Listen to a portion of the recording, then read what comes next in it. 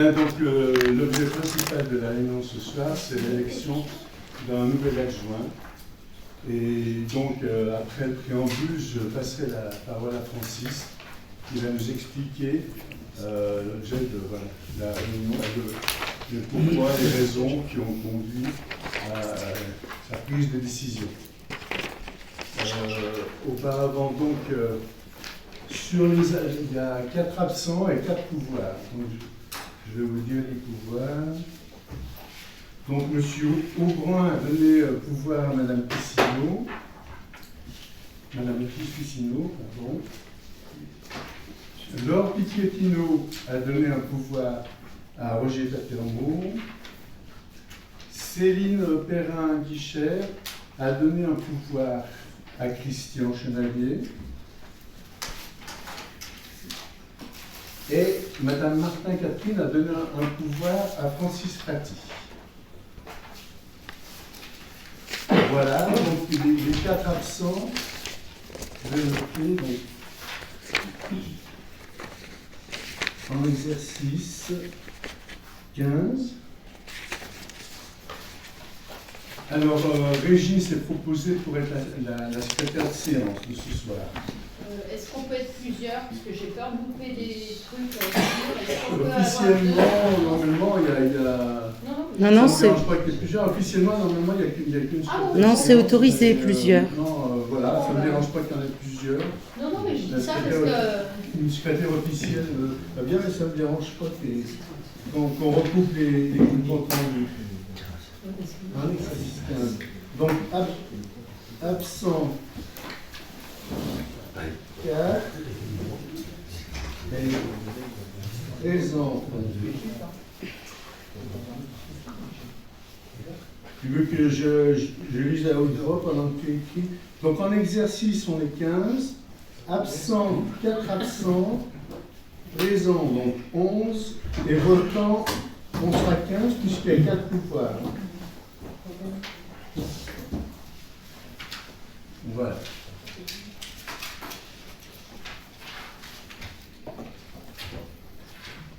En préambule, des observations, des annotations à faire sur le PV de la séance du 14 mars. Oui. Allez. Alors, pas forcément sur le PV, hein, j'en étais secrétaire de mairie. Je vous ai tous distribué en début de séance des dépenses relatives à l'eau et en fin de séance, je vous ai glissé une délibération. La délibération du compte administratif du budget général. Si vous voulez la regarder. Voilà. Je vous avais envoyé lors de l'affichage du conseil municipal plusieurs annotations concernant des erreurs. Oui. Et en fait, je constate que sur le site internet de la commune, les délibérations n'ont pas été changées.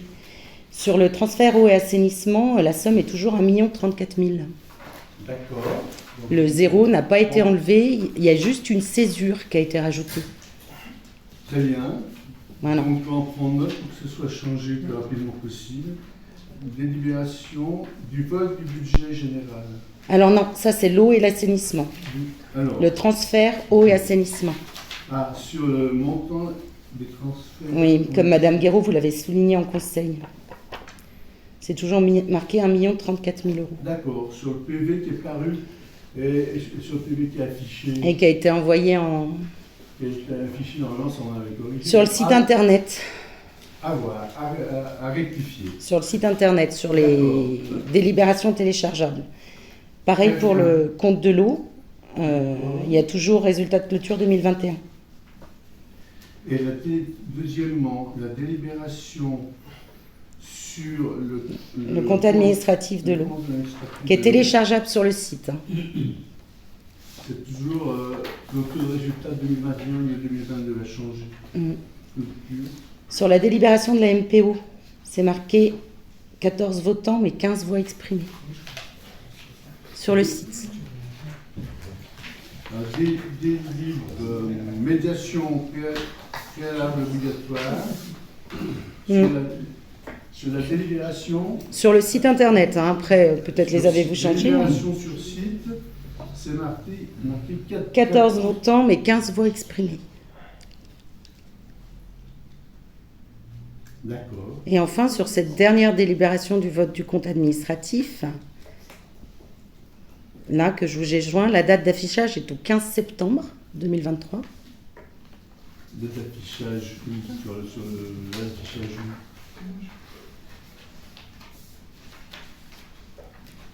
Le nombre de votants est juste, il est à 13, mais par contre, en voix exprimée, il y a 10, 9 pour et 10 contre.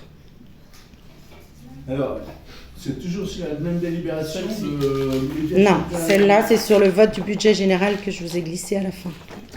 Et c'est une délibération qui est sur le site? Oui, qui a été envoyée en préfecture le 21 mars. Le général. Vote exprimé 10, pour 9, contre 10.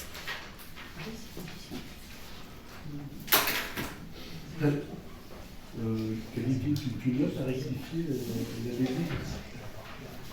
Et toujours sur cette même délibération, le résultat de clôture est en 2021 au lieu de 2022.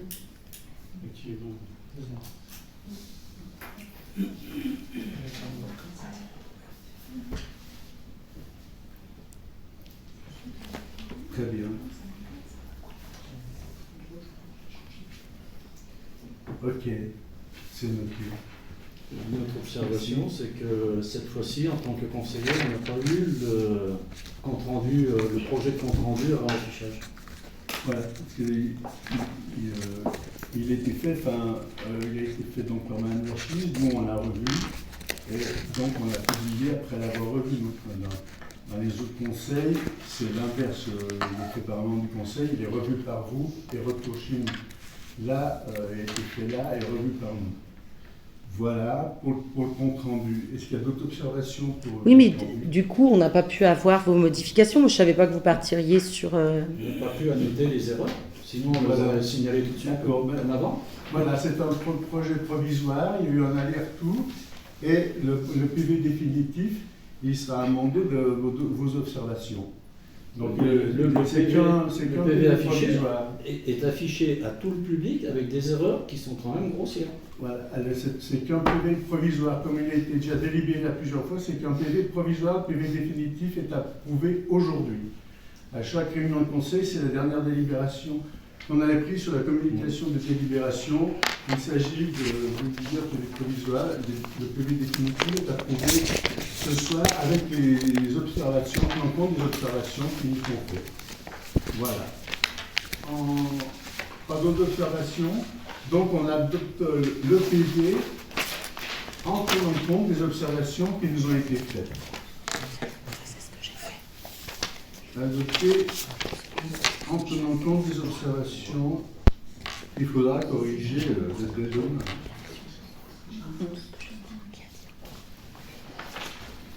Parfait. Alors, je vais passer la parole à Francis Paty. Bien, bonsoir mesdames, bonsoir messieurs. Comme vous l'avez remarqué, les deux premiers points abordés à l'ordre du jour sont relatifs à la modification des adjoints. Alors, je tenais personnellement et officiellement vous annoncer ma démission de mes fonctions de premier adjoint, mais toujours restant conseiller municipal. Cette décision a été validée et entérinée par monsieur le sous-préfet le 5 avril dernier. Ce qui veut dire qu'aujourd'hui, je suis conseiller municipal. C'est une décision très difficile à prendre. Et elle est motivée que par une seule et unique raison. En effet, comme j'ai déjà eu l'occasion de le dire et de l'écrire, j'ai décidé de suivre un précieux conseil que me prodiguait souvent mon ancien médecin. Il me disait, prenez le temps et soyez plus à l'écoute de votre corps et de votre tête. C'est donc ce que je fais aujourd'hui. Je vais prendre beaucoup de recul dans certaines de mes activités, dont notamment celles qui nous intéressent. J'ai bien conscience, évidemment, que cette démission apporte quelques bouleversements. Et j'ai eu l'occasion d'échanger avec Roger pour lui dire un petit peu ma vision de l'après. Nous avons eu également une réunion avec le groupe, en totalité, le groupe majoritaire, ce qui fait qu'aujourd'hui, il va donc y avoir les deux décisions à prendre. Voilà ce que je voulais vous dire en quelques mots. Bien évidemment, je resterai toujours un conseiller municipal impliqué. Je serai toujours à l'écoute de l'ensemble de l'équipe pour le bien des Breniards et des Prégnards. Voilà ce que je voulais vous dire avec un petit peu d'émotion, vous l'aurez compris. Si tu veux passer. Merci. Alors, merci Francis pour ton explication. Merci encore une fois, on a l'occasion de le faire, mais je le renouvelle aujourd'hui dans tout le monde. Un grand merci pour ces 3 années de collaboration étroite, ensemble, pour tout ce que tu as apporté, ton expérience, déjà d'ancien élu, puisque hommage à ta première mandature, tu avais fait un mandat sous Jackie Burdet, j'étais même secrétaire. Et que ce soit ton expérience en tant qu'élu ou en tant que professionnel, et aujourd'hui on comprend tout à fait ta décision, c'est ta santé avant tout, et puis tes choix personnels. Et je te remercie de rester avec nous dans l'équipe pour prouver que de toute façon, on s'est toujours bien entendu. Alors, on a 2 tempéraments différents, voire même des fois opposés, ça se fait très très bien. On a eu des sujets de discussion très très vite, des désaccords très très vite. Et on s'est toujours accordé, on a toujours trouvé un point d'entente à la fin et au conseil, et de façon à rester unis et loyal devant le conseil municipal. Et je te remercie de persévérer et puis de nous assurer de la continuité de ton engagement à nos côtés. Voilà, pour tout ça. Et puis de toute façon, on compte encore sur toi à l'avenir. En tant que conseiller municipal, tu nous seras d'une aide de conseil très précieux. Et on est très content que tu restes avec nous. Donc, dans un deuxième temps, je vais vous lire le préambule du procès verbal d'élection d'un 3e adjoint qui donne les motifs pour lesquels on élit un 3e adjoint. Parce qu'il y a plusieurs options possibles. Les 2 grandes options possibles, c'est par l'apport d'un conseiller municipal. C'est le conseil municipal peut délibérer sur le remplacement de l'adjoint démissionnaire à son poste. Voilà. Ça, c'est une délibération, un choix spécifique du conseil municipal. Par défaut de ce choix spécifique, le tableau des adjoints monte automatiquement. C'est-à-dire le 2e adjoint devient 1er, le 3e adjoint devient 2nd, et il y a la constatation de vacance d'un poste de 3e adjoint. C'est la voie qu'on a choisie, tout en maintenant les adjoints actuels dans leurs missions respectives telles qu'ils sont aujourd'hui. C'est-à-dire que, par exemple, Mme Martin, qui est 2e adjointe, s'occupe des associations et de la salle des fêtes. Ses missions restent inchangées, même si elle monte dans l'ordre des adjoints, sa mission reste la même.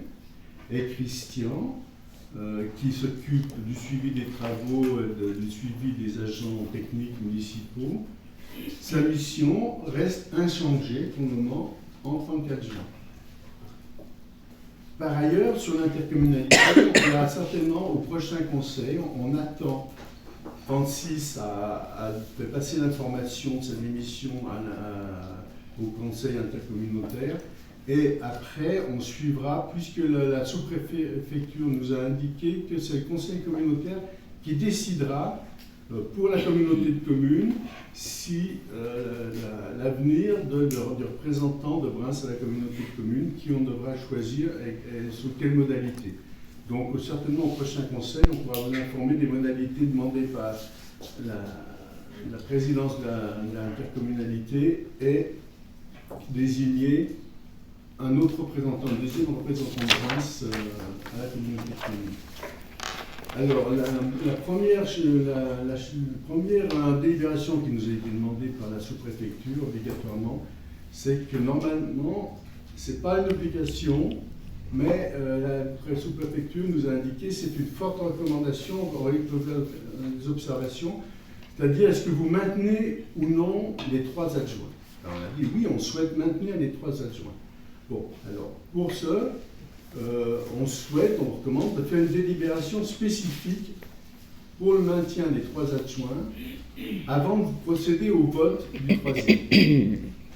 Donc, on a un premier projet de délibération qui dit ceci, très très court, hein, sur les conseils des services de la sous-préfecture de Belley, considérant la notification du 5 avril 2023 du préfet de l'Ain à M. Francis Paty rendant sa démission du poste de premier adjoint, sa démission effective à cette date, donc en date de la notification du récépissé, et concernant le procès-verbal de l'installation du maire et des adjoints du 23 mai 2020 fixant à 3 le nombre des adjoints, le Conseil, après avoir délibéré, décide du maintien du nombre des adjoints à 3. Voilà. C'est le maintien de nos décisions. Il y a une observation à faire. Y a-t-il une opposition à ce maintien de le nombre de 3 adjoints? Sinon, je vous remercie. La délibération est adoptée. Excusez-moi, j'aurais une question. Oui, Qui va prendre la compétence des finances? c'est moi. D'accord. Alors, passons au procès-verbal de l'élection. Enfin, c'est moi pour l'instant. Il pourra avoir, puisque Parce que c'est des compétences importantes, enfin, je veux dire, c'est quand même important dans une fondamental. commune. Donc pour l'instant, c'est comme ça, puisque les adjoints dans l'ordre du tableau ne changent pas d'attribution, ne changent pas de mission. Par la suite, on verra s'il y a quelqu'un qui veut soit adjoint, soit délégué, pas adjoint, mais délégué aux finances, pourquoi pas avec moi. C'est tout à fait possible. Il faudra un arrêté municipal obligatoirement, le changement des missions, des affectations des adjoints. Donc on le fera en temps et en heure après l'élection de ce soir. Par contre, si ton poste est vacant pour une raison ou une autre, tu es appelé ailleurs, d'autres projets, qui va te remplacer en tant que maire? Alors, on peut dans les adjoints, nommer un adjoint, choisir un des 3 adjoints pour lui donner une délégation aux affaires générales ou à la signature des mandats, qui est un petit crâne, de la signature des payes et puis de toutes les factures. On pourra le faire. C'est pas au premier adjoint de le faire? On peut déléguer un 3e adjoint, un 2e adjoint aux affaires générales ou aux finances. Ça ne posera pas de problème. Non, mais la fonction de vacances, en cas de vacances. Sur un plan général, automatiquement, c'est le premier adjoint par défaut. Mais si on a nommé un 2e adjoint ou un 3e adjoint nommé aux affaires générales et aux finances ou à la comptabilité, à la signature des factures, il pourra signer les mandats. Alors voilà, c'est une décision qu'on pourra reparler ultérieurement. Et notamment cet adjoint supplémentaire, enfin pas cet adjoint supplémentaire, mais ses compétences. Non, mais les adjoints, ils sont élus là, ce soir, il y a l'élection d'un adjoint, il y aura 3 adjoints. Les attributions de fonction des adjoints sont faites par arrêté du maire. D'accord. Donc comme je le dis, les 2 ne changeront pas. Et on verra pour le 3e. Pour l'instant, mais donc chacun des adjoints peut prendre une délégation aux finances s'il le souhaite. Mais ça sera à discuter, à voir ensemble. Mais aujourd'hui, ça reste inchangé, que ce soit pour Mme Martin ou pour Christian là aujourd'hui. Ce soir, on verra. Il y aura un 3e adjoint, on verra par la suite l'arrêté municipal si on délègue d'autres fonctions à chacun des 3 adjoints, une fonction supplémentaire. Donc sur le procès verbal d'élection des adjoints, donc Olivier, tu as commencé à remplir. je lis rapidement ce qu'il y a lieu de lire, hein, enfin l'introduction. En 2023, donc le 11 du mois d'avril, en application des articles 21, 22, 7 et 8, c'est réuni le conseil municipal de Bryns. Donc tu as déjà noté tous les conseillers présents et puis les absents avec pouvoir. Alors, les règles applicables. Voilà, monsieur le maire, ou son remplaçant, a ouvert la séance. Il a procédé à l'appel nominal des membres du conseil et a dénombré 11 conseillers présents. Donc, si vous le souhaitez, je peux faire un appel nominal de chacun d'entre vous. Vous souhaitez qu'on fasse la procédure? Bon, je vais vous appeler un par un. Bon, Christian, présent. Francis, Nadine Angèle, Régine Lebert, Grégory Priolo, Stéphanie Guéraud, Sandrine Chispicino, Présente. Georges Delahaye, Roland Pio, Stéphanie Zampin, le secrétaire et moi-même. Merci. Alors, ainsi que le quorum était, et nous avons pu constater le nombre de conseillers présents et que le quorum était rempli. Très bien. Alors ensuite, juridiquement, sur l'ordre des adjoints. Voilà. Alors ça, c'est fondamental, ça explique l'élection d'un troisième adjoint. Donc, bonsoir madame. Bonsoir monsieur le maire. Bonsoir. Bonsoir. Monsieur les conseillers, toutes les personnes qui sont voilà. Excusez-moi mon retard. Je vous en prie, asseyez-vous. Mais bien sûr, je Alors, sur les dispositions juridiques sur l'élection de ce soir, sur l'ordre des adjoints. Selon l'article L 22-7-2, le conseil municipal peut décider que le nouvel adjoint occupera, dans l'ordre du tableau, le même rang que l'élu qui occupait le poste devenu vacant. C'est-à-dire une décision du conseil municipal qui dit qu'en remplacement du premier adjoint, eh bien, on va décider d'un nouveau premier adjoint. Ou pas. C'est le choix qu'on a fait.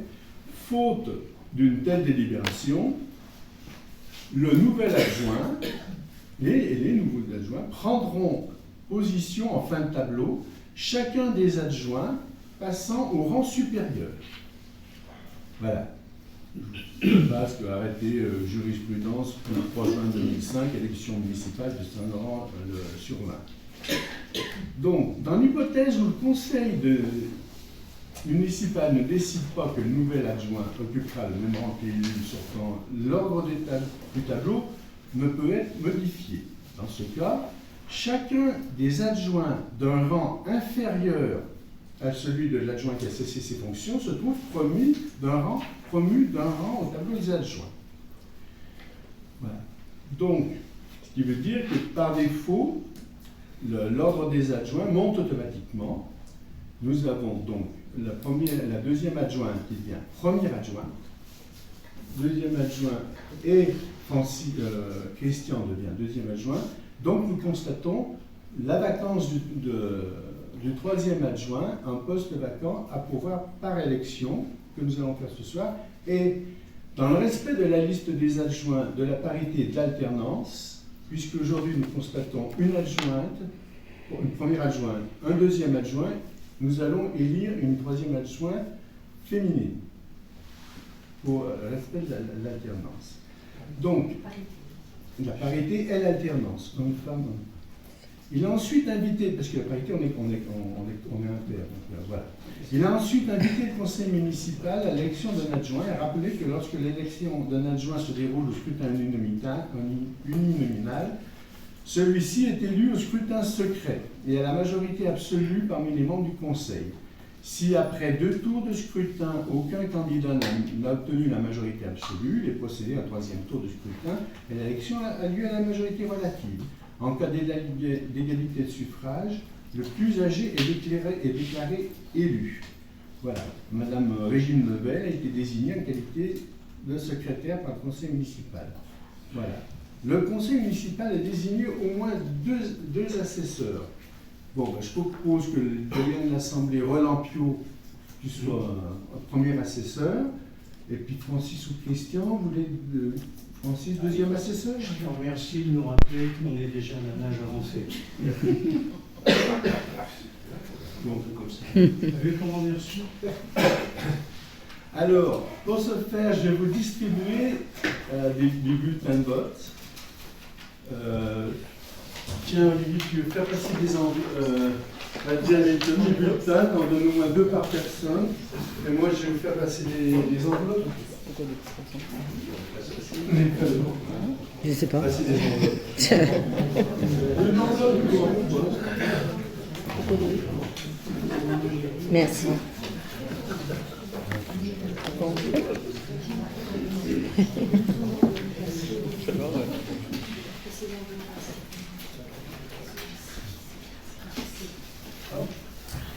Ah, c'est pour les deux tours. Ah oui, c'est deux. Merci.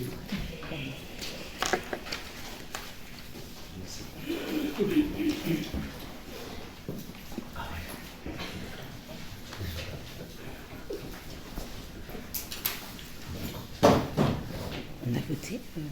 Hop, On a voté, on vient de venir des adjoints. en train de se distribuer. Bah non.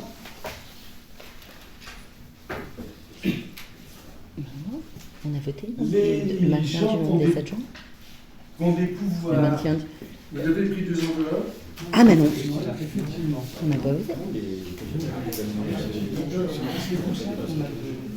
Bah, au ticket. Non, non. Excusez-moi, je vais faire un mot. Renseignement demandé. On a voté le maintien du nombre des adjoints. Oui, C'est Bah vrai non, on n'a pas voté. oui, oui, Enfin, juste avant que. Oui, oui, oui, on a voté. Bon, maintenant on a loupé le vote. Francis, Et j'ai pas de enveloppe. vous avez un pouvoir? Ah non, oui, bah oui. C'est Parce que comme il y a 2 papiers. un pouvoir. C'est pour les 2 tours. Et donc on a mis. 2 enveloppes pour ceux qui ont un pouvoir. Ben, il dit que si. C'est les photos façon. On s'en fout. On s'en fout. Abstention, le choix. Ça change rien. Faut pas qu'on loupe, c'est le budget par contre. Alors, Ok. il y a une chaise de libre, c'est bon? Allez-y, allez-y, allez-y. Bon, après réunion, enfin, je veux dire, on dit que avec le départ de Francis, on a beaucoup parlé de la suite et donc du tableau qui est vacant, du poste vacant aujourd'hui. Donc c'est un poste de pouvoir donc, de nature féminine. Alors, on a après conversation, échange avec tout le monde et de chacun, des envies aujourd'hui, de l'état d'esprit de chacun. On a eu une conversation et Stéphanie Zampin nous a dit qu'aujourd'hui, elle aimerait prendre plus de responsabilités. Voilà, son commerce étant, auparavant, elle était très occupée par son commerce, mais aujourd'hui, elle a envie de s'investir un peu plus dans la commune. Et c'est pour ça que ce soir, elle s'était proposée, nous la proposons comme candidate au 3e adjoint. Si tu veux dire quelques mots. Oui, bonsoir. Donc effectivement, un nouvel engagement suite à une stabilisation commerciale, effectivement, et un engagement plus constructif, plus assis dans la commune, effectivement, sous l'appui de Francis également, que je remercie. Et voilà. Ouais, bien. Et donc, alors, nous proposons donc, nous remercions Stéphanie pour son souhait de s'engager plus, et surtout dans les missions où elle est bien compétente, et où on avait une carence, parce que du fait que, dans un premier temps, elle était beaucoup trop occupée, elle est toujours aujourd'hui déléguée à la communication est à l'école. Et c'est vrai que ça nous a beaucoup manqué, et aujourd'hui on est très heureux qu'elle puisse investir plus sur la communication, sur ce qu'on nous reproche beaucoup, on manque, on pêche, notre site, la mise à jour du site, le contrôle du site, toutes les informations qu'on peut passer dessus, et aussi la présentation à l'école. Donc voilà, je vais vous inviter à voter, remplir vos petits bulletins, et après, unanimement, j'appellerai chacun votre tour pour glisser votre bulletin ou vos bulletins pour les gens qui ont une procuration dans l'urne. On est 2 personnes. Bon. Et 2 papiers. Non. Que vote pour une seule personne. Dans l'instant, il y a Stéphanie candidate. Il y a Stéphanie candidate. Voilà. Il n'y a que Stéphanie candidate. Il a dit. Voilà. Bon, eh bien, donc, acte, pour l'instant, Stéphanie est restée candidate au poste de premier adjoint. Et il n'y en a pas d'autres? Il y en a Non, dit. il n'y en a pas d'autres. D'accord. Comment? Non, mais après, il pourrait y en avoir d'autres. Hein. J'ai posé 3 fois la question. Je pose la J'ai posé question 3 fois la question. Donc, je vous invite à voter, à remplir vos bulletins, à les mettre dans l'enveloppe.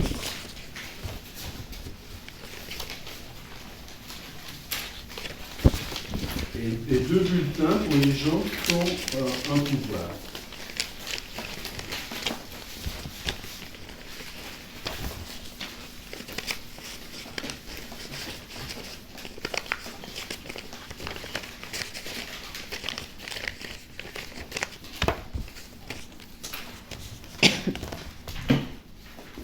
Alors, je vais commencer par appuyer sur ma droite.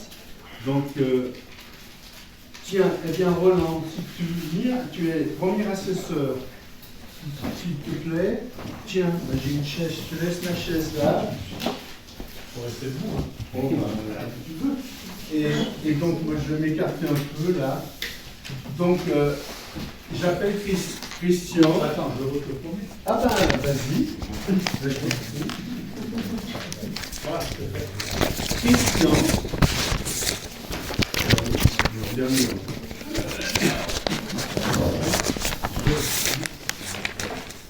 On a 2 bulletins pour l'instant. Le deuxième. Donc c'est bon. 10. C'est les jours des choses. Le vote du maintien de l'adjoint. Et pour 4. Et 2, voilà. Tellement clair. Nadine.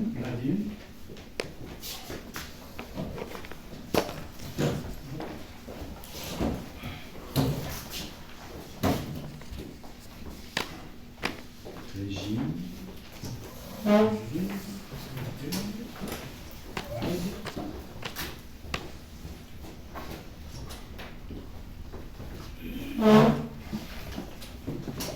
Stéphanie.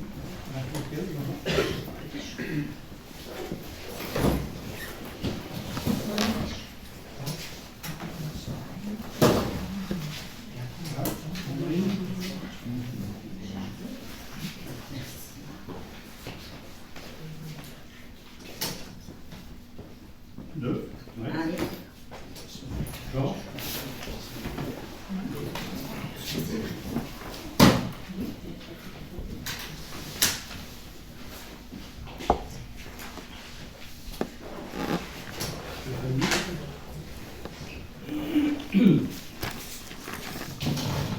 Monsieur le maire.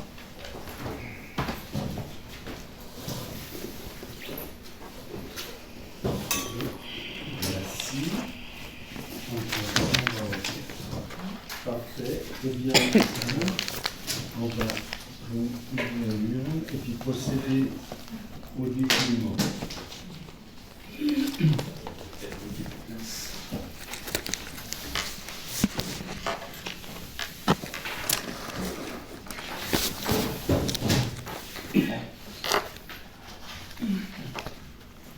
Deuxième assesseur. Ben, je vais te laisser la place, Francis. Il y en a, Francis, tu vas ouvrir les enveloppes et puis Roland va dire les noms. 10, 11, voyeur. Tiens, je te laisse la chose. Et 15. Jusqu'à la Jusque-là, Allez.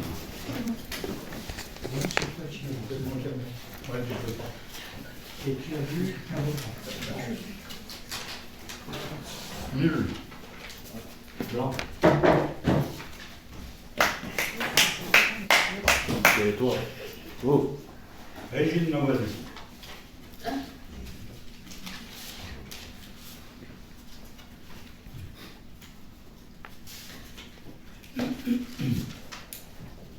Nadine.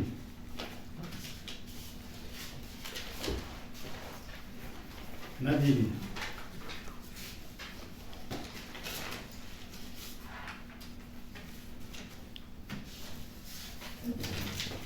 Blanc.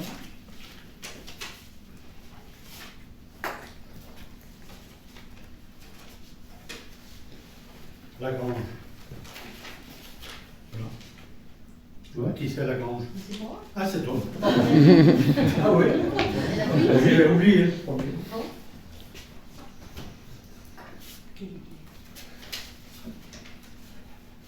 Stéphanie Zampin.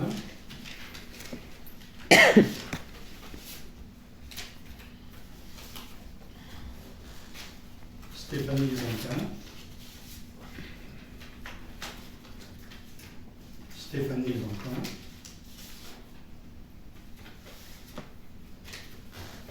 Stéphanie Zampin.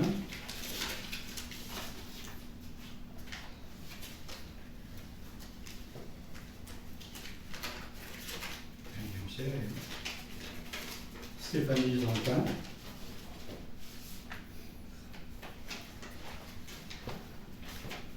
Stéphanie Zampin.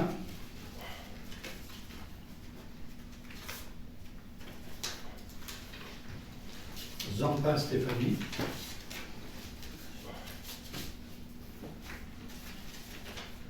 Zampin Stéphanie.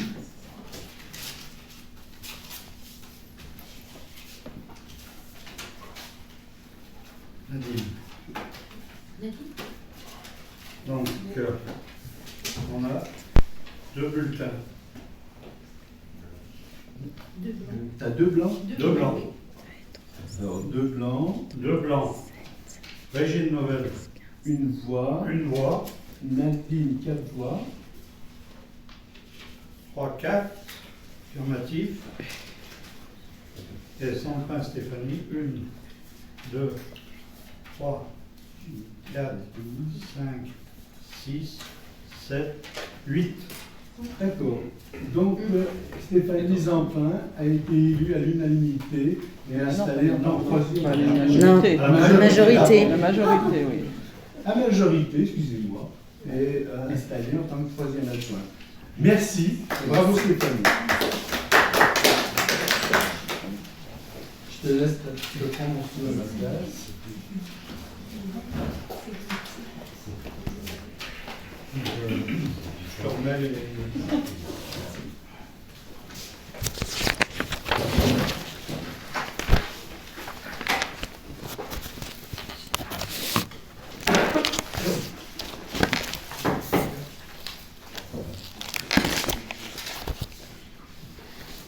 Voilà, donc je vous passe les textes. Olivier t'a pris note en voyant des résultats et pour remplir le PV, hein, le nombre de conseillers présents à l'appel, le nombre de votants, le nombre de suffrages déclarants. Donc c'est un procès verbal qui n'est pas transmis, mais on donne les informations sous prête, ce n'est pas transmissible qu'une délibération. Donc on va bien transférer et puis vérifier, relire 2 fois, ou même 3 fois, même à plusieurs, qu'il n'y ait pas d'autres erreurs. Voilà. Donc, ben, je vais signer le soir même. Hop. 2 exemplaires, 3 exemplaires. Les assesseurs Roland. Attends, je vais vous les placer. Hop, je vais signer.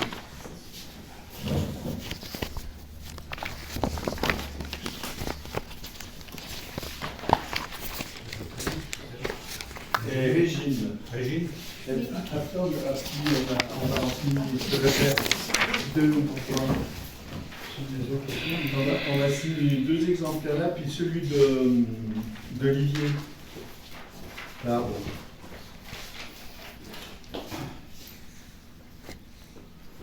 Voilà pour moi, je vous laisse signer, pardon. Et puis on va signer le sien aussi. Gino,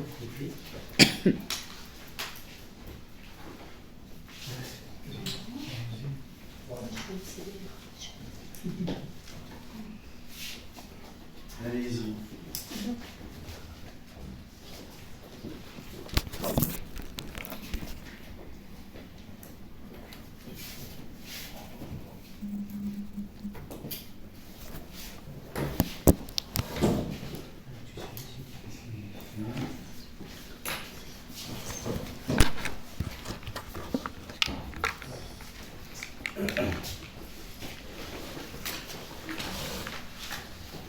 Voilà, Olivier, je te confie les 3 procès-verbaux. Et il y aura la feuille de proclamation du maire et des adjoints à remplir. Ça, ultérieurement, déjà, il faudra remplir ça. Les feuilles d'émargement, les gens qui ont des pouvoirs ont signé à la place de j'ai signé moi. Je vous propose, j'aimerais bien, une pause de 10 minutes parce que je suis complètement desséché. Je vais me permettre de boire un peu. Vous êtes d'accord pour une pause de 10 minutes? Oui. Les adjoints, Allez. toujours ah non, mais non, je suis. Tant que c'est pas transmis, t'es toujours là. Non, mais vous êtes d'accord pour une pause de 10 minutes? Merci. Donc la séance du conseil est levée pour une pause. Donc on va procéder à la suite des délibérations. La séance reprend. Alors, en préambule à la prise de la séance, je vais vous lire pour rappel une délibération du conseil municipal du 12 avril 2021. 12 avril 2021. Pour qui cette délibération réglemente le déroulement du conseil municipal. Elle vaut pour règle le respect au conseil municipal. Donc, je ne vous lis pas tous les textes de loi, je vous en épargne, le préambule. Le dernier considérant. Considérant que les débats du Conseil doivent traiter en priorité des questions à l'ordre du jour et des questions orales ou diverses qui relèvent de sa compétence, sans invective et en toute sérénité. Le Conseil, après en avoir délibéré, décide que, sauf exception soumise au vote de l'Assemblée, les questions mineures non soumises à délibération ne relevant pas de l'autorité de délibération du conseil municipal pourront mettre en cause des personnes ou des associations, arrêtés du maire, incivilités diverses, seront traitées par les voies usuelles de communication utilisées par tous les citoyens, que sont courrier postal, courrier électronique, rendez-vous avec le maire. Voilà, le secrétaire de séance aura sous sa responsabilité la prise de notes, l'enregistrement officiel de la séance. Cet enregistrement servira à la rédaction du compte-rendu. En cas de désaccord, il sera écouté la séance suivante avant d'être effacé. Les élus de la minorité pourront remettre leurs propres notes au secrétaire de séance à l'issue du conseil, au plus tard le lendemain au secrétaire de mairie. Voilà. Donc c'est pour dire que toute question qui ne relève pas de l'ordre du jour du conseil n'est pas à débattre en conseil, sauf vote unanime du conseil municipal. Donc les questions à l'ordre du jour, aujourd'hui, elles ont trait au vote du budget. Donc, la première, les votes, c'est les votes d'imposition. En vote d'imposition communaux, je vous rappelle les taux. Donc, le conseil départemental a fait passer une partie des taux sur le foncier bâti, mais nous, on maintient sur la délibération le détail des taux communaux. Alors, l'engagement de la commune, l'engagement de la municipalité de ne pas augmenter les fidèles à sa parole, de ne pas augmenter les taux sur la durée du mandat. Donc les taux restent inchangés.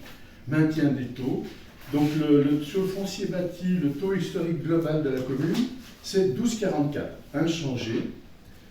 La part départementale que le gouvernement nous a octroyée sur le département par rapport à la suppression de la taxe d'habitation, elle a pris le département 13,97, mais c'est un détail à part.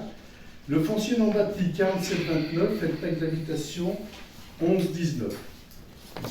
Voilà les taux tels qu'ils sont inchangés depuis notre élection et qui seront maintenus jusqu'à la fin du mandat. Voilà. Est-ce qu'il y a une observation ou opposition au vote des taux communaux? Très bien, je vous remercie. La délibération est adoptée. Alors, il faut que j'introduise quand même, cette année, c'est une année particulière, très technique, sur le budget, très difficile à comprendre. Pourquoi? C'est dû au fait du transfert de la compétence eau et assainissement à la communauté de communes. Puisque les résultats de clôture de nos services eau et assainissement doivent être repris dans le budget général, réintégrés dans les totaux du budget général, et dans le courant de l'année seront reversés obligatoirement, tel qu'on a délibéré au dernier conseil, pour les travaux à faire sur l'assainissement, reversés à la communauté de communes. Mais on avait sollicité la trésorerie pour faire deux délibérations, c'est-à-dire voter aujourd'hui notre budget, tel qu'il est, réel, et lors d'un prochain conseil, voter les reprises et les reports adressés à la communauté de communes pour ne pas cumuler les chiffres et s'y noyer. Mais ça nous a été refusé par la trésorerie. Olivier, tu me diras si je dis de bêtises. Et ils nous ont exigé qu'on vote tout le même jour, le budget et la reprise des résultats clôture des services d'eau et d'assainissement dans la totalité budgétaire. Donc, on a essayé de faire une délibération au plus juste pour que chacun voit un peu. On a surligné, on a fait une ligne bleue sur les projets de délibération qui ont été envoyés. C'est celle-ci, où il y a des lignes qui apparaissent en bleu et qui font ressortir ce qui ne sera pas vraiment dans notre budget cette année, ce qu'on va réintégrer avec l'obligation de reverser à la communauté de communes pour qu'ils aient une trésorerie sur leurs travaux d'eau et d'assainissement. Voilà. Ce qu'il y a à dire sur le budget général 2023, à part ces chiffres et totaux qui sont assez flous, parce que du fait de ces reports, de ces reversements, de ces amortissements, sur les recettes d'exploitation propres, on a essayé d'identifier les recettes d'exploitation et les dépenses d'exploitation, c'est du fonctionnement, sur la section de fonctionnement. On arrive à dégager, si vous avez ramené au conseiller vos délibérations, votre projet qu'on a envoyé à tout le monde, on pouvait constater qu'on ne dégage uniquement que 42 000 €. Eh bien, normalement, on doit dégager beaucoup plus, 50% de plus. C'est-à-dire que notre capacité d'autofinancement annuel, elle devrait tourner autour de 70 000. Pourquoi cette année, entre les recettes d'exploitation à 954 901 et les dépenses d'exploitation, 912 231, on ne gage que 42 000. Alors, la raison essentielle, c'est par exemple la trésorerie, le trésor public, a exigé, par prévention, qu'on prenne en compte tous nos emprunts d'eau et d'assainissement. Les emprunts qu'on a sur notre budget d'eau et d'assainissement, ils sont tous par prélèvement automatique, on est d'accord. La communauté de communes n'a pas eu le temps d'informer les banques, tous les organismes bancaires, qu'il fallait de leur donner ordre de changer les comptes de prélèvement.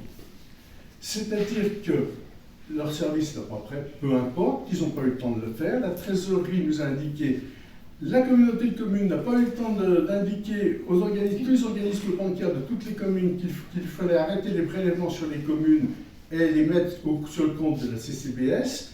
Donc, cette année, 2023, vous allez provisionner, continuer de provisionner sur vos crédits toutes les échéances d'emprunt de l'eau et l'assainissement. Toute l'année, certainement, au moins 6 premiers mois, toute l'année. En fait, on fait une avance de trésorerie à la communauté de communes sur les échéances d'emprunt de l'eau et l'assainissement. Parce qu'ils ne sont pas prêts à être prélevés, eux, on leur avance l'argent, ils devront nous rembourser l'année prochaine. Par attribution de compensation? Pas par l'attribution de compensation. Un remboursement. Enfin, pour l'instant, la trésorerie nous indique que ça sera un remboursement spécifique à part, comptabilisé à part, sur les avances de trésorerie qu'on a faites sur les échéances d'emprunt, toutes les échéances d'emprunt. Et normalement, notre budget 2024, ramené de façon plus sincère et véritable, on devrait dégager une capacité d'autofinancement entre les recettes et les dépenses de l'année, plus proche d'entre 60 et 70 000 euros, au lieu des modestes 42 000 euros que vous voyez aujourd'hui. Ça, c'est l'information principale qui est très à ce budget. Après, il y a les lignes budgétaires en fonctionnement ne changent pratiquement pas. On a, grâce aux habitations nouvelles, on a un peu plus de foncier, on a un peu plus de recettes foncières, on a un peu plus de dépenses de fonctionnement aussi. Il va falloir, alors, sur le fonctionnement, rien ne vient changer. On aura un peu plus de masse salariale en intérim et en non titulaire, puisqu'aujourd'hui on fait beaucoup de remplacements. On remplace notamment Angèle qui est en arrêt prolongé. Et c'est des heures, par exemple, des heures complémentaires sur les titulaires. Et aussi, on a embauché une intérim.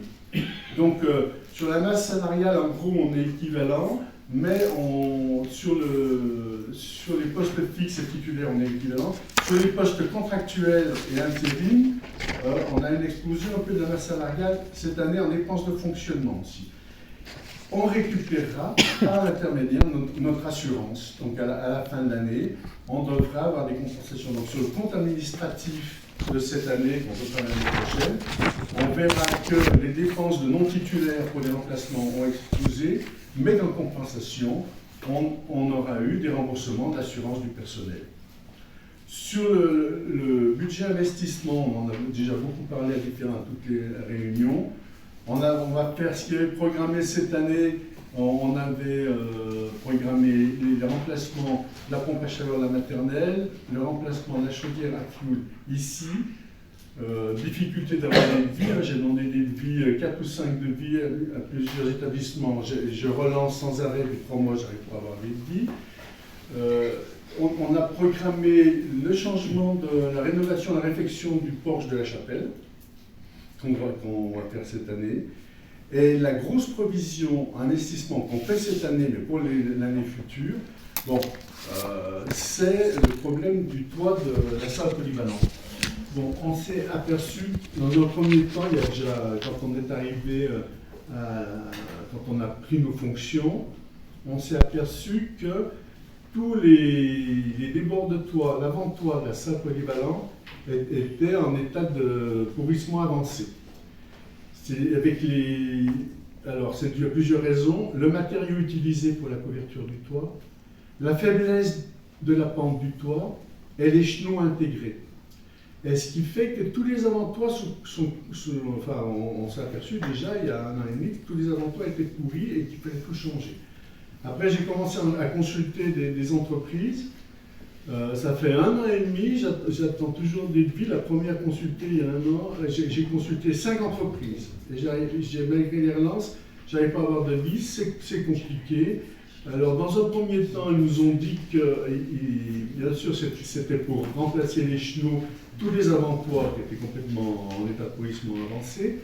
Maintenant, ils nous disent non, techniquement, on vous déconseille de faire ça, de remplacer par une œuvre, de refaire. Dans 4 ou 5 ans, vous aurez les mêmes problèmes. Et effectivement, la dernière entreprise qui est venue qui est, je pense, très sérieuse parce qu'elle a amené un expert de charpente. Et on est monté sur le toit et là, on a vu l'état de dégradation avancée de la couverture de la salle polyvalente. Donc, sur la provision 2023, on investit en 2024, excepté ce que je vous ai dit, les brûleurs à fioul, les pompes à chaleur. On va refaire, Madame Martin n'est pas là, elle s'en occupe, mais pendant 2 ans, l'ancienne municipalité avait déclenché une reprise des concessions au cimetière. Donc la procédure est terminée. Et maintenant, cette reprise de concession se traduit par une réflexion, une rénovation du cimetière pour reprendre toutes ces concessions et les refaire à neuf et les remettre en vente. On a un réaménagement estimé à 30 000 € sur lequel on a demandé des subventions pour l'année prochaine. Et puis, voilà, et il y a le toit. Alors, le toit et le chauffage de la partie sud de la polyvalente, qui, pour ceux qui connaissent, était intégré sous plafond. Et déjà, il est défectueux et qui c'était énergivore. Et donc, on va tout remplacer. Et c'est certainement... Alors, le temps d'avoir les devis des constructeurs, le temps d'avoir des devis du remplacement et le temps de demander des subventions, ça sera... On provisionne cette année, on met l'argent qu'on a en investissement, le gros de l'argent qu'on a en investissement, mais ça sera certainement une dépense 2024. Voilà pour moi l'essentiel de ce que j'avais à dire sur le budget, s'il y a des questions. Est-ce que vous avez fait la demande de subvention des fonds verts? On n'a pas de projet de fonds verts pour l'instant. Dans la salle des fêtes, ça rentre dedans? La couverture du toit, il y a comme l'isolation, apparemment n'est pas touchée, mais on attend, ils vont découvrir le toit pour nous dire exactement où ça en est. Si, oui, il y a des problèmes d'isolation à refaire, il y aura des subventions à demander, puisque de toute façon, là, on a un projet sur 2024 ou 2025, on finit l'état des lieux et voir, suivant l'état des lieux, ce qu'ils nous disent, s'il y a d'isolation à faire, des subventions à demander au titre du fonds vert. Oui, tout ça, c'est encore à l'étude. Il y aura aussi le CRTE qu'on pourra mobiliser? On mobilisera plusieurs subventions. Je pense que c'est à la fois le conseil départemental et la région, déjà au minimum. Et après, plus sur le plan énergétique, comme on va faire aussi un bis pour le chauffage, donc en plus pour le conseil énergétique et pour les fonds verts, pour le chauffage et l'isolation cimetière. Ouais. Voilà. Si vous avez d'autres questions sur la salle, c'est vrai que ça sera le gros budget des années à venir. C'est sur le cimetière que j'aurais une question à poser, c'est quand on pourra acheter une concession? Les concessions reprises? Oui, parce que les gens demandent et en fait, il y a 5 personnes qui... Ça fait 3 ans qu'elles ont demandé, du coup, voilà. C'est en suspens. À partir de quand il faut qu'elles reviennent en mairie demander? On a eu le devis là cet automne de reprise des concessions du cimetière. Quand elles seront toutes reprises, réaménagées, qu'elles seront en état d'être revendues, et on va demander une subvention par rapport au devis. La subvention, si on a une réponse cet automne et puis le printemps prochain, on pourra entamer les travaux. Et en 2024, les gens pourront racheter les concessions qui ont été reprises par la commune. Avant fin 2024. Ouais, ou l'été automne 2024. Voilà. Vous n'avez pas projeté de changer les volets de la cantine-garderie? Les volets défectueux? Les volets roulants. Ouais. On va faire un état des lieux là-dessus. C'est prévu, au retour des vacances, c'est prévu de faire un état des lieux des volets roulants de la cantine et des garderies, effectivement. Oui. Bien. Oui. Moi, j'avais une question aussi par rapport aux charges à caractère général qui ont quand même augmenté de 30% du fait de l'inflation de l'énergie. Et puis, oui, tout à fait, oui. Voilà, je suppose. Est-ce qu'on bénéficie du bouclier énergétique? En partie, il y a le bouclier énergétique. Pour les postes, il y a les compteurs qui sont au-dessus de 31 kVA, c'est ça. Il y avait l'amortissement énergétique et le bouclier. Et nous, il y a un délai un petit peu pas difficile parce qu'on a un potentiel de capacité de financement, un potentiel fiscal, on était au-dessus ou un budget d'investissement au-dessus de ce qui était proposé. Donc, Par rapport à quoi? Par rapport à quelle démarche? les normes, Le bouclier énergétique bouclier énergétique et amortisseur d'électricité. Amortisseur, voilà. Donc, il y en a un, le bouclier énergétique, où c'est 31, un poste supérieur à 31 kVA. Donc, celui-là, normalement, il y en a un des deux, c'est EDF qui nous donne automatiquement, qui fait le calcul automatique.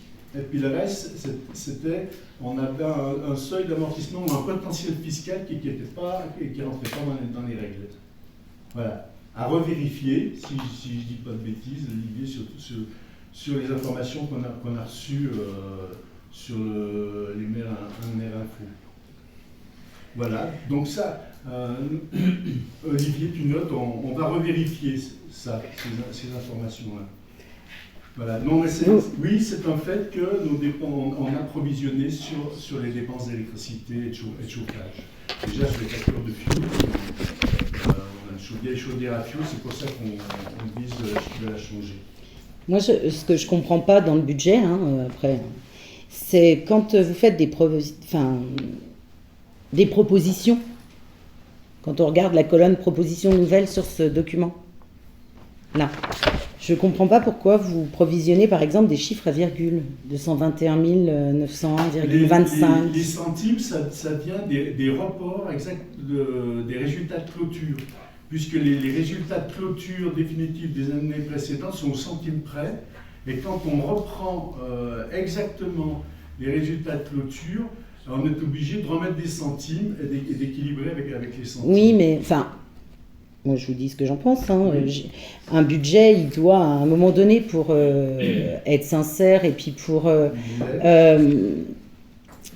couvrir les dépenses qui puissent être imprévues ou autres, il doit augmenter un peu ses dépenses, les gonfler légèrement pour avoir une réserve et diminuer ses recettes pour être sûr d'avoir les réserves, de ne pas dépenser plus qu'on a potentiellement, même si on a de la CAF. Et là, par exemple, quand je regarde les charges à caractère général, je me dis, au lieu de projeter en proposition nouvelle 221 925, pourquoi c'est pas projeté, par exemple, 225 000? Vous voyez ce que je veux dire ou pas? Alors, pas très bien, je dois dire. Pas très bien. Alors, le budget, le provisionnel du budget, il est fait... Alors, en général, quand on le prépare, il est fait en fonction des dépenses de l'année précédente. On passe en revue les dépenses ligne par ligne comptable des dépenses de l'année précédente et on s'arrête sur les postes où on se dit incertitude ou prévision nouvelle ou changement nouvelle. Je rebondis ce que vous dites. Par exemple, voilà, on imagine qu'on projette qu'il va y avoir une augmentation du prix de l'énergie. Donc, on ne sait pas. Donc dans le poste et dans le chapitre, là on n'a pas un budget détaillé, c'est difficile à expliquer, mais dans le poste par exemple électricité, on imagine que notre coût d'énergie il est de, je sais pas moi, 10 000 euros par an, et qu'il y aura peut-être une inflation d'énergie qui peut être amenée à être de 10%, donc on préfère projeter 2 ou 3 000 euros de plus pour anticiper les chiffres qu'on ne connaît pas réellement. Donc dans le poste à caractère général, l'énergie, elle va augmenter. Oui, tout à fait. Donc en fait, on projette cette augmentation et on gonfle un petit peu l'enveloppe énergie pour se dire, on sera sûr d'avoir le... On provisionne au plus large. On a une base, c'est ce qu'on a dépensé l'année d'avant, avec les augmentations. On se laisse une marge. Les prévisions qu'on a faites en 2022, les dépenses qu'on a réellement faites à la fin 2022, les prospectives d'augmentation de l'énergie, et on se donne une marge provisionnelle, une marge le plus large possible. Il y a des incertitudes, mais on se provisionne une marge. Donc, du coup, pour reprendre ce que vous ne compreniez pas dans ce que j'énonçais, c'est de me dire, au lieu de mettre 221 925, comme par exemple là, il y a l'inflation d'énergie qui risque d'augmenter, je mets 225 000. Enfin, vous voyez ce que je veux dire? Sans les centimes et tout, avec des chiffres ronds, en se disant, bon ben voilà, l'augmentation d'énergie, elle sera peut-être de plus ou moins... Oui, tout à fait. Mais c'est ce qu'on fait. Les centimes concernent uniquement les lignes de report des résultats de clôture. Tout le reste, alors, si vous voulez, on pourra vous faire passer, après le conseil, le prévisionnel, le tableau prévisionnel, et là vous aurez par tête de chapitre, ligne par ligne, ligne comptable par ligne comptable, tout ce qu'on provisionne, et vous aurez tout le détail. Ici, en page de vue d'ensemble, on a envoyé à tous les conseillers les têtes de chapitre en fait. Pour dire, mais voilà, du coup, sur pourquoi... les dépenses générales, sur les dépenses du personnel, sur les dépenses collectives, le 65, 66, la charge provisionnelle pour les emprunts. Voilà les grandes lignes. Après, si vous le souhaitez, je vous transmettrai toutes les états prévisionnels du budget, ligne par ligne, et vous aurez tout le détail, ligne comptable, par ligne comptable, les carburants, l'énergie, tout ce Mais qu'on du peut coup, voir. ça, pourquoi vous ne nous l'envoyez pas avant? Mais la dernière fois, on nous a reproché que c'était trop compliqué. Et que on était noyé, vous étiez noyé dans la masse, que tout le monde croyait qu'on n'avait pas le temps. On n'a pas le temps d'en prendre connaissance. Voilà. Alors j'ai dit, on va simplifier cette fois-ci, mais la semaine prochaine, on envoie à tout le conseil le tableau prévisionnel des dépenses ligne par ligne, et dépense par dépense sur le fonctionnant, jusqu'aux fournitures scolaires. Parce que du coup, on a des interrogations. Moi, par exemple, je me dis combien vous provisionnez, par exemple, est-ce qu'il y a un fonds réservé à la formation des élus? Moi, du coup, j'ai des questions parce que du coup, je ne les ai pas, les documents. Oui. Dans les pages d'ensemble du budget, on vous donnera tout le détail. Oui, mais ça, il faudrait qu'on l'ait avant. Après. Parce que peut-être que tout le monde n'a pas le temps de le faire, mais nous, on essaie de prendre le temps. La formation des élus, c'est simple. Si vous avez envie de vous former, vous nous dites quel est le montant de la formation, vous vous inscrivez. Les conseillers ont des droits à la formation. Et on provisionne, on met des crédits. S'il n'y a pas assez de crédits, on prend une délibération et on vote les crédits et puis on signe votre formation. Ça pose pas un souci. Non, mais... De toute façon, le budget, il est toujours prévisionnel.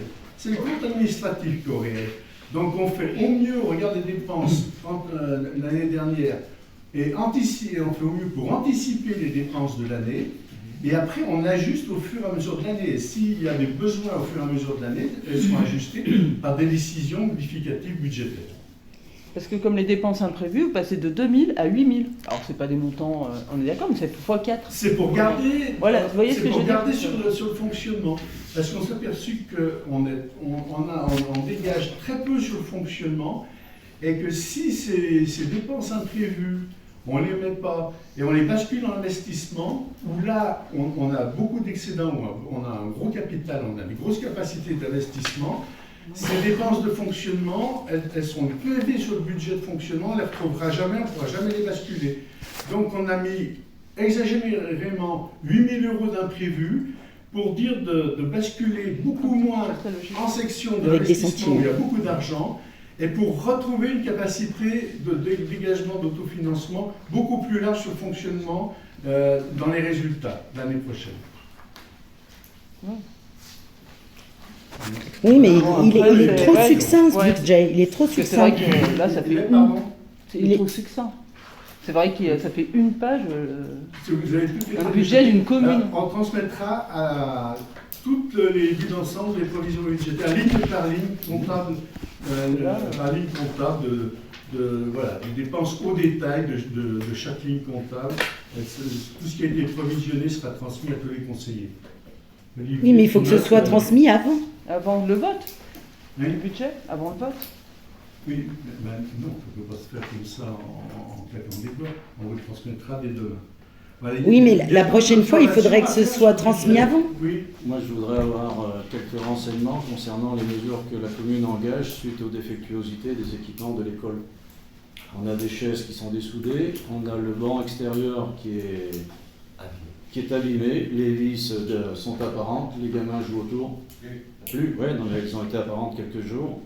Donc, oui, on n'a pas eu l'information de l'école déjà, et quand on a eu l'information, on les a fait tout de suite enlever. Ensuite, il n'y a pas de chaise dessoudée, il y a une chaise, un adulte du personnel de l'école s'est assis sur une chaise de la maternelle, et c'est la soudure qui a lâché. Tu me dis le contraire, voilà. Donc on se retourne contre l'école qui n'a pas signalé les défectuosités du matériel. Une adulte, un encadrant de l'école, il n'y a pas de défectuosité, un encadrant de l'école, un adulte n'a pas s'asseoir sur une chaise de maternelle. Oh si, attendez, moi je suis enseignante. Quand vous travaillez avec des enfants, vous êtes assis à leur niveau. Ah oui, oui. Ben oui, Une personne qui fait 1m75, mais bien sûr que oui. Non, on n'a pas à s'asseoir sur une chaise de maternelle quand on est adulte. C'est très rigolo ça. L'incident, la personne doit assumer ses responsabilités. Mais c'est pas une responsabilité, vous travaillez avec le matériel que vous avez, c'est inadmissible ce que vous dites. C'est des problèmes internes qui n'ont pas été battus, qui ne font pas lors du jour du... C'est des dépenses qui vont rentrer dans le budget quand même. Une chaise qui est dessoudée dans l'article. Non, mais le matériel, l'entretien du matériel. Voilà. C'est une tête de chèque. C'est un incident qui est interne à l'école, on l'a traité, tout a été traité. Bon, moi j'ai une autre question. Une dernière question. Non, j'en ai encore deux. Oui. Et elles sont relatives aux délibérations, donc je pense que j'ai le droit de les poser. On avait parlé en 2021, lors de l'extinction nocturne des réverbères, vous aviez estimé la réparation de la moitié du parc, enfin le changement en LED de la moitié du parc des lampadaires à 115 000 € et on avait fait une demande de subvention en 2021. Non, c'est pas ça. Quand on a demandé pour pouvoir passer à l'éclairage nocturne, le syndicat d'électricité nous a dit, on a signalé à l'ancienne municipalité pendant 2 ans qu'il y avait 20 postes électriques, de gros transformateurs électriques à changer. Ils n'ont pas été changés. Si on voulait passer à l'éclairage, à l'extinction de l'éclairage nocturne, il y a une vingtaine de postes à changer, c'est bien ça Olivier. Ça nous a coûté 20 000 €, on les a changés avec des horloges astronomiques et on est passé à l'extinction de l'éclairage nocturne. Si on voulait passer au LED, ça coûte beaucoup plus cher. Cher. Pour l'instant, ce n'est pas dans notre programme, c'est pas dans notre projet. Alors, si vous me permettez 2 secondes, je vais vous retrouver la délibération que j'ai dans mon classeur qui parlait... Oh, je vais me lever. Hop, ça sera plus simple. C'est le SIEA qui déclenche l'extinction, parce qu'actuellement il fait jour et l'éclairage est allumé. Alors l'extinction, elle est de 22h30 à 5h. Et tu à 19h30, l'éclairage est allumé à la commanderie, alors qu'il fait plein jour, comme maintenant. Vous allez maintenant, les lampadaires sont allumés.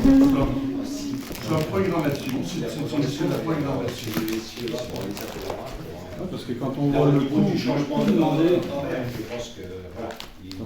demandé par le SIEA à la commune pour gérer tout ça, on gagne 2 000 € sur la facture d'électricité, ils nous amputent plus de 25 000 € à l'année. Ça fait lourd, hein. Et c'est depuis depuis le changement d'heure. Je sais pas, ils doivent tous avoir la même consigne, que le changement d'heure c'est tel jour à telle heure, et après on laisse les lampes allumées. Ah bah chez moi c'est comme ça, oui, toute la route de la commanderie, la laiterie, c'est tout allumé, alors qu'il fait plein de jours. Bon bah je vous la renverrai par mail. Les coffrets électriques qui dépendent de l'éclairage public, pour citer que le carrefour de la laiterie et de la route de la commanderie, il est fracassé, le coffret, il est grand ouvert, chaque fois. L'employé communal, il vient, il met de la rubalise, ils viennent faire relever, ils ouvrent le coffret et le couvercle, il est mis derrière la borne. Alors après, on dit, tiens, il y a des coupures quand il pleut. Ah oui, l'eau, elle rentre dans le coffret électrique. Ça doit pouvoir le justifier. Mais c'est pas grave, vous la reproduirez la Ouais, je vous la reproduirai. Il y avait 115 000... Non, j'en viens parce que vous aviez anticipé... Si, c'est important. Sur le journal, et en avril, est passé un article sur le déblocage des fonds verts, et notamment Miribel Jonas a réussi à toper une subvention de 900 000 € pour l'éclairage public et le changement de LED. Et nous, on avait fait une demande en 2021. Pas pour des LED, non.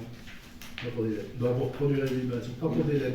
Les LED, ils nous demandaient, j'ai plus le chiffre en tête, par poteau, on met des LED, le chiffre astronomique, je crois que c'était, je ne veux pas dire de bêtises, on vérifiera, ils nous demandaient 200 000 € à la commune, je crois. Le syndicat d'électricité pour tout 230 000 € pour le parc entier. On a fait une demande de subvention de 115 000 € hors taxe. Non, la demande de subvention, elle portait sur le changement des armoires pour pouvoir de 20 000 €. L'extinction d'éclairage public.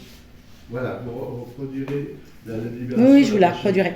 En fait, moi, ce que je trouve dommage, c'est que il y a eu une enveloppe de fonds verts énorme accordée, là, dernièrement, par l'État, d'une enveloppe de 2 millions d'euros qui a été annoncée fin novembre. Et en fait, tous les travaux, là, qu'on aurait pu mener, rentraient dans cette enveloppe de fonds verts. Myriam Keller a réussi à obtenir une subvention d'une hauteur de 200 000 € pour la mais l'éligibilité du projet, elle est le gain de 30% d'économie. Mais c'est le projet éligible. Qu'est-ce qu'il veut dire un projet éligible? Alors, le projet éligible, c'était sur l'isolation, l'étanchéité, les chauffages. Les chauffages. Oui, on a une chaudière à fioul. Il n'y a pas d'éligibilité au fond vert aux chaudières à fioul. On ne peut pas la remplacer. Le remplacement de la PAC, il aurait pu rentrer dedans, par exemple. Mais c'était il y a 2 ans, la demande.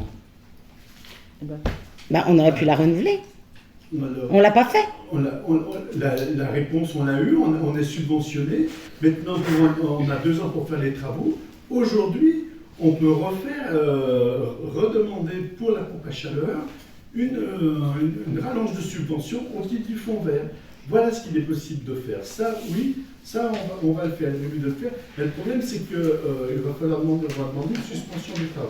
Voilà. Cet exemple-là, il est juste. Par exemple, on avait parlé au dernier conseil municipal de la rénovation de l'appartement de la mairie. Oui. Et bien ça, l'isolation, la réduction des dépenses thermiques et autres, tout ça rentrait dans l'enveloppe des fonds verts qui a été annoncée fin novembre à la communauté de communes. Les vies, on les a pas encore. C'est dommage de passer à côté de ces subventions. Pourquoi? Pour passer dedans, les devis, on les a. C'est trop tard, c'était au 31 mars. Non, c'est jamais trop tard. Il y a des fonds. Voilà. Bon, alors, sur cette délibération du budget de 2023, y a-t-il des abstentions ou des oppositions? Opposition, par manque d'anticipation. D'accord, très bien anticipé. Donc, oui, ce serait bien d'en discuter. Ce serait bien qu'il y ait une commission qui discute de ça. Très bien, c'est entendu, je vous remercie. La délibération suivante, c'est sur l'affectation. Alors, cette délibération-là, elle nous a été recommandée, on avait préparé une délibération contre nous, mais elle nous a été recommandée par le Trésor public. C'est-à-dire qu'on avait préparé une délibération propre à nos affectations, mais le Trésor public n'était pas d'accord, et il dira, si vous ne voulez pas avoir d'observation de la préfecture, vous délibérez exactement ce que nous, on vous demande. Donc, on s'est plié aux ordres du Trésor public. Voilà.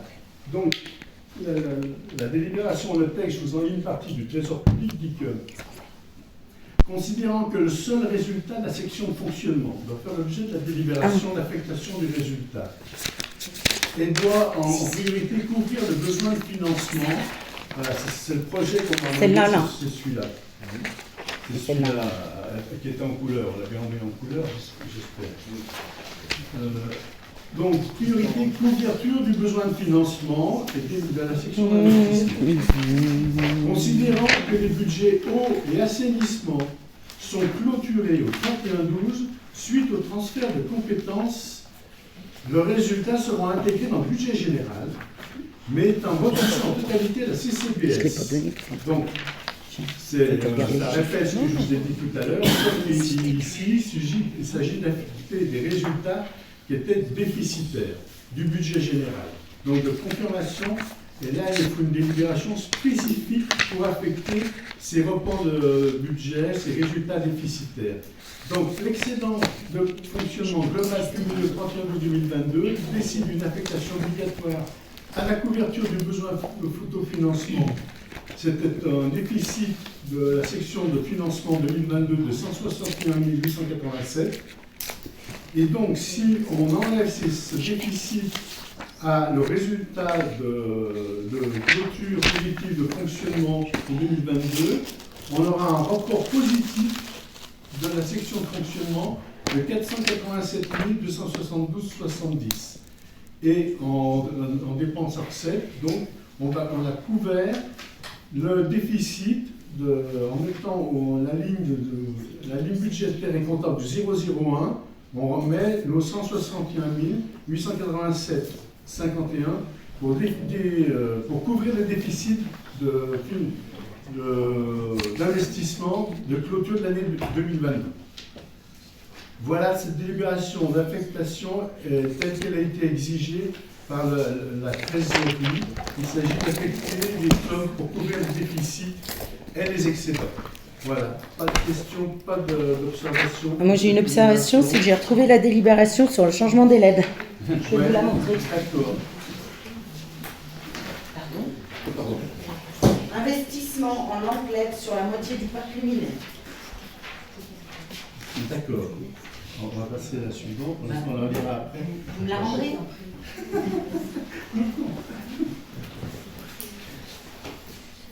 Alors, ensuite, deux délibérations qui m'ont été demandées par la trésorerie, puisqu'on a beaucoup de contractuels et d'indemnitaires. Et on avait l'habitude, le texte dit que quand on a les contractuels, les indemnitaires, on doit leur verser, si ils ne peuvent pas prendre leur congé, on doit leur verser leur congé payé à la fin de leur contrat. Nous, par principe, on n'a pas voté. Hein. Pardon. L'affectation du résultat de 2022 Ben oui. On l'a voté? Oui. Oui. Ah. Oui. Est-ce qu'il y a des oppositions? Est-ce qu'il y a des abstentions? Il faut aller vite alors. Pas d'opposition, pas d'abstention. Ah bah oui, mais il faudrait être un peu plus clair quand même. Hein. Ça voudrait être un peu plus clair. De toute façon, on ne s'abstenait pas. Bon. Non mais il faut poser la question clairement, hein. Après ça serait grand. Elle n'a pas été posée clairement, les personnes? Bah pas vraiment, non. Pas... Bah excusez-moi. J'ai dit qu'il y a des oppositions. De toute façon, c'est pas grave, on ne s'opposait pas. Alors, donc j'ai expliqué que tous les contractuels, on a l'habitude de leur laisser un dixième des congés payés. La trésorerie vous a dit non. Le texte, si vous l'appliquez à la lettre, vous devez leur verser à la fin de leur contrat. Alors on a dit, bon, sinon vous prenez une délibération. D'accord, on prendra une délibération pour dire, parce que voilà, c'est tout un calcul et ça fait une grosse somme. Et si les gens restent plus de 6 mois ou 1 an, ça fait des sommes énormes, justement. Pour anticiper les prévisions sur les crédits budgétaires, on a dit qu'il était beaucoup mieux de continuer, selon notre principe, de payer le dixième des congés payés mensuellement pour tous nos contractuels et intérimaires ne peuvent pas, il y a une agence intérimaire suivie de. Voilà. Donc, du coup, ça concerne combien d'agents? Combien sont contractuels sur la commune? Alors, nous avons aujourd'hui. Au service technique, il y en a un? On a eu une contractuelle qui a été remplacée par une intérim. On en a 2. Au service technique et... Oui, au service technique. On a embauché un agent au service technique là, qui est contractuel. Et on a le deuxième une agente à l'école. Madame Philogène? Non. Elle est plus contractuelle? Non. Ah bon? Elle était titularisée. Depuis 1er janvier. Ah. Bah félicitations pour elle, hein, heureuse de le savoir maintenant. Oui, merci. Voilà. Bon, pas d'observation sur ce versement de dixième de congé mensuel au lieu d'annuel ou de fin de contrat. Pas d'opposition. Non, pas d'abstention. Je vous remercie. Je vous en prie. Voilà. Et Olivier, il y avait une délibération qui nous avait été demandé de prendre pour le règlement de la bibliothèque qu'on avait prévu pour passer cet été, mais il y avait une date butoir au 31 mai. Donc, voilà, Madame la responsable de la bibliothèque, s'il y a besoin, va donner des explications. Mais par contre, tu as envoyé la délibération, tu n'as pas mis dans mes projets. Non. Sur le règlement de modification du mouvement du règlement de la bibliothèque. Alors, puisque j'ai pas ce détail, si Ouais, Hein? tu peux Non, on a la délib. Mais je veux vous l'avez reçu dans... On n'a pas le détail. Il n'y a pas le détail. Non. Quel règlement? C'est marqué. Alors, si vous voulez bien, Madame Guénard, si vous voulez bien nous expliquer la modification du règlement qu'on nous a demandé de faire à la bibliothèque municipale. Alors tout simplement, c'est qu'on a une nouvelle convention. Bonjour. Il y a une nouvelle convention qui doit être établie pour travailler avec la bibliothèque départementale. Et on est arrivé, ça fait plus d'1 an qu'on est arrivé à Péremption. Donc ils ont lancé pas mal de sondages et ils ont décidé de relancer la convention. Et nous avons décidé de continuer à travailler avec eux. Et la convention, au 31 mai, elle doit être actée. Et pour ça, il fallait changer le règlement. Alors, il n'y a pas grand-chose qui change. C'est qu'on ne prend plus les collectivités territoriales. Maintenant, on parle du code du patrimoine. Voilà, ce qui va changer en début. On se référait aux collectivités territoriales. Et bien maintenant, c'est au Patrimoine culturel. Donc ça, je l'ai travaillé avec la médiathèque départementale. Qu'est-ce qui a changé encore par rapport à l'ancien règlement? J'ai enlevé la partie Internet, puisqu'on n'a pas de poste Internet qu'on peut proposer au public. Ça, on l'a pas, donc c'est pas la peine de mettre quelque chose qu'on ne peut pas proposer. Hein. Et par contre, j'ai remis concernant le RGPP. C'est-à-dire que comme la bibliothèque est informatisée, quand vous venez à la bibliothèque, on vous fait inscrire sur le papier, mais on vous rentre dans l'ordinateur et on est tenu par le RGPP à 100 jours. C'est-à-dire qu'au bout de 100 jours, si vous ne venez pas au bout de 5 jours pour prendre des livres, vous devenez anonyme. Ça, c'est une obligation et je devais le mettre dans le Mais du coup, ça annule pas l'abonnement? Ça annule pas l'abonnement de la personne? Ah ben si, ça l'annule. Nous, on le met ça l'annule au niveau informatique. Après, nous, on le met dans le classeur, parce que si la personne revient, et avec le Covid, on a beaucoup de personnes qui ne sont pas venues et qui reviennent. Bon, on ne va pas tout leur faire remplir, on leur demande de vérifier, et puis on ressort nos frais, c'est l'avantage du papier, qu'on n'a pas par rapport à informatique. Après, il y a les horaires, parce qu'on a dû, par rapport au Covid, les changer plusieurs fois. Donc là, on a remis des horaires. Pour les mercredis, c'est resté inchangé, mais pour le vendredi, les bénévoles trouvaient que 19h, c'est trop tard. Pas beau, tout le monde venait, donc on est passé de 16h à 18h, au lieu de 19h, au lieu de 17h, 19h. Après, dans les prêts de livres, comme on ne sera jamais catégorie 2, c'est-à-dire, parce que pour être catégorie 3 et travailler, il nous faut un certain... certaines superficies. On n'a que 32 mètres carrés. Pour être passé à un niveau supérieur, il faut plus de 50 mètres carrés. Donc déjà, ça, on ne pourra pas. Donc on ne pourra jamais devenir médiathèque. C'est-à-dire DVD et CD. Ça, on ne pourra jamais vous offrir. Ce qu'on peut offrir, c'est des DVD, pour les livres audio. Les malvoyants, on peut offrir des livres audio. Ça, on en a maintenant. Ce qu'on peut offrir, on commence à en avoir, c'est des livres aussi en braille pour les enfants. Pour l'instant, c'est pas pour les adultes, mais c'est pour les enfants. Donc, j'ai échangé aussi là-dessus. Et en ce qui concerne les écoles, et on veut essayer de voir aussi pour les assistantes maternelles, ça n'apparaît plus dans l'annexe.